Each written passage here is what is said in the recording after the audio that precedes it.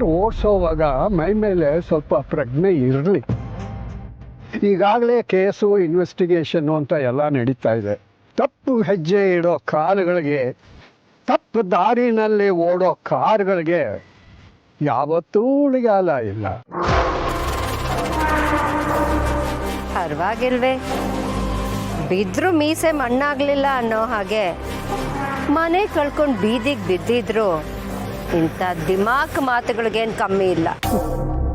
ನಾನು ಮನೆಯಿಂದ ದೂರ ಇರೋದು ಸಾಲ ತೀರ್ಸೋವರೆಗೂ ಮಾತ್ರ.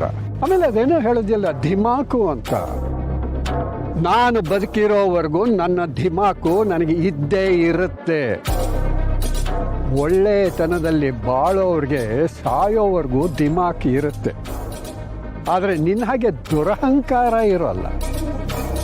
ಅಷ್ಟಕ್ಕೂ ನಾವು ಮನೆ ಕಳ್ಕೊಂಡಿದ್ದೀವಿ ಅನ್ನೋ ವಿಷಯ ತಮಗೆ ಹೇಗೆ ಗೊತ್ತಾಯ್ತು? ಈ ಶಾರ್ವರಿಗೆ ಎಲ್ಲ ಗೊತ್ತಾಗತ್ತೆ.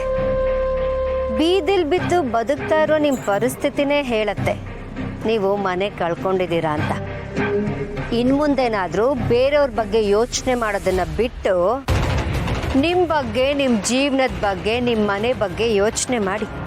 ಕಡೆ ಪಕ್ಷ ಸಾಯೋ ಕಾಲದಲ್ಲಿ ಒಂದು ಸೂರಾದರೂ ಇರತ್ತೆ.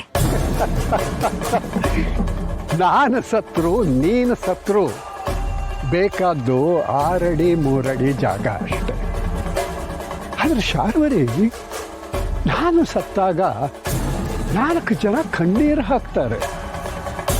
ಆದರೆ ನೀನು ಸತ್ತಾಗ ಅದೇ 4 ಜನ ಶಾಪ ಹಾಕ್ತಾರೆ. ಕೂಗಬೇಡ. ನಾವು ಮನೆ ಕಳ್ಕೊಂಡು ಬೀದಿ ಬದುಕ್ತಿದ್ದೀವಿ ಹೊರತು ಸ್ವಾಭಿಮಾನ ಕಳ್ಕೊಂಡಲ್ಲ. ಈಗ ಮಂಗಳಾರತಿ ಮಾಡಿದ್ದೀನಿ, ಈಗ ಪದೇ ಪದೇ ಬರ್ತಿದ್ರೆ ಅರ್ಚನೆನೂ ಮಾಡ್ತೀನಿ, ಪ್ರಸಾದನೂ ಕೊಡ್ತೀನಿ. ರುಚಿ ನೋಡ್ತೀಯಾ?